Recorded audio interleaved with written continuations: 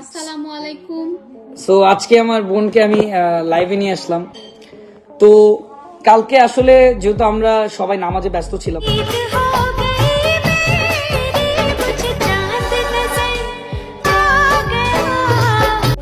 রাইসাকে বিয়ে করেননি তৌহিদ আফ্রিদি। আফ্রিদি জানালেন রাইসা তার স্ত্রী নয়।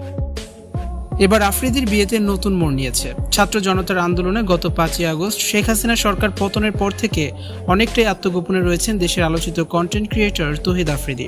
তিনিও তার বাবা মাই টিভির মালিক নাসির উদ্দিন সাথীর বিরুদ্ধে হত্যা মামলা দায়ের করা হয়েছে। এই অবস্থায় আত্মগোপনে আছেন এই তারকা। তবে বিভিন্ন সূত্রে জানা গেছে সম্প্রতি গোপনে বিয়ে করেছেন তৌহিদ আফ্রিদি।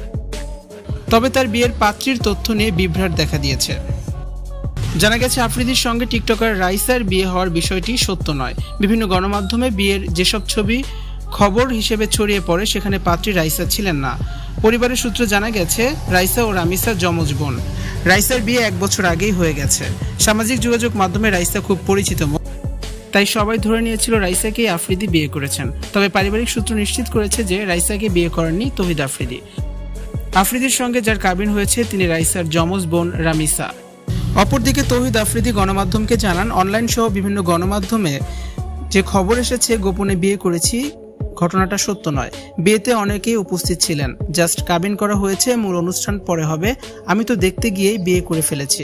আফ্রিদি জানান, আমার স্ত্রীর বোন মূলত টিকটক করেন।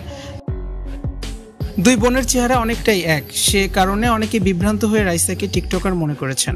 তৌহিদ আফ্রিদি বলেন, মেয়ের বাড়িতে তাকে দেখতে গিয়ে বিয়ে করে ফেলেছেন তিনি। পারিবারিক ওই আয়োজনে উপস্থিত ছিলেন দুই পরিবারের সদস্য ও তার ঘনিষ্ঠ কয়েকজন মানুষ। পরে বড় পরিসরে বিবাহোত্তর সংবর্ধনার আয়োজন করা হবে।